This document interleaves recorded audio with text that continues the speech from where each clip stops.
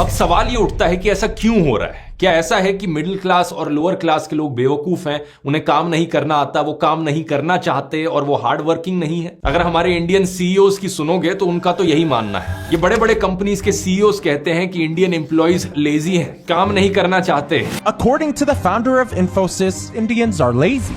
लोगों को 70 घंटे हफ्ते में काम करना चाहिए, कोई कहता है 80 घंटे, कोई तो 90 घंटे पर चले जाते हैं। Our youngsters must say, this is my country. I want to work 70 hours a week. ये सैटरडे संडे का is not a Indian thing. This is a Western thing. I regret I'm not able to make you work on Sundays, to be honest. If I can make you work on Sundays, I'll be more happier. Because I work on Sundays also. What do you do sitting at home?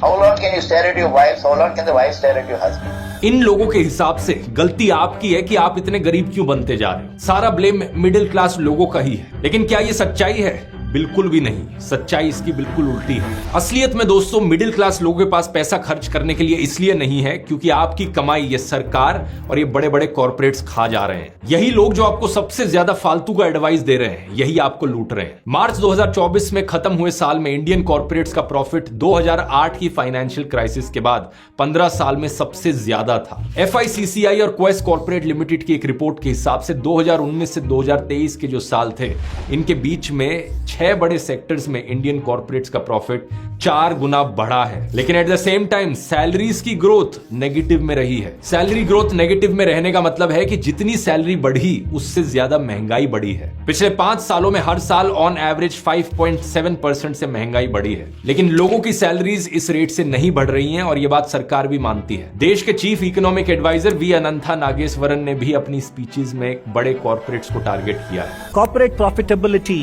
has gone up from 5.3 lakh crores in FY20 to 20.6 lakh crores in FY23. Compensation to employees usually is a function of two variables. One is the amount of hiring you do and the amount of wage growth you give. And that has not correspondingly grown at the same pace.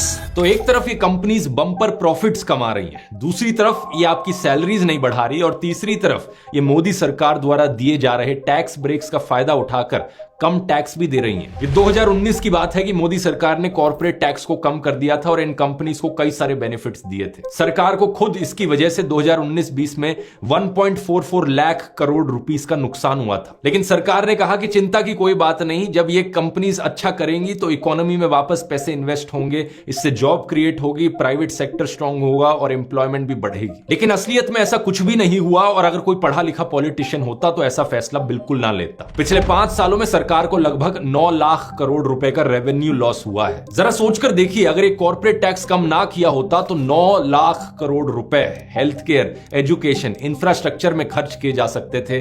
Public services को कितना improve किया जा सकता था। देश को नुकसान हुआ है पिछले 5 सालों में और इस नुकसान की भरपाई सरकार आम आदमी पर टैक्स लगाकर कर रही है। इस चार्ट को देखिए, जितना पैसा सरकार डायरेक्ट टैक्सेस से कमा रही है, 2018-19 में उसमें से 58.3% हिस्सा कॉर्पोरेट टैक्सेस से आता था।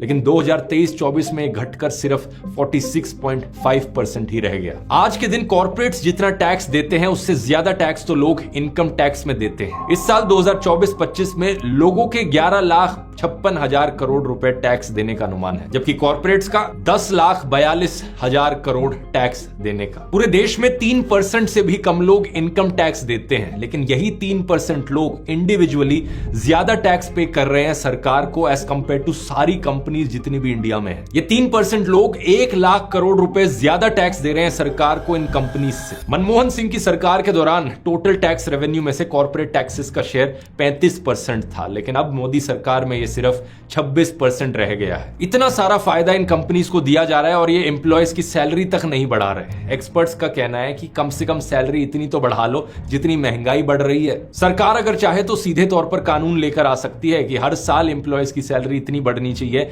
जितनी इन्फ्लेशन हो कम से कम। और ये चीज तो एग्जिस्टिंग एम्प्लॉयज के लिए है, लेकिन नए एम्प्लॉयज के लिए क्या कोई नई जॉब्स क्रिएट हो रही हैं? वो भी नहीं हो रही।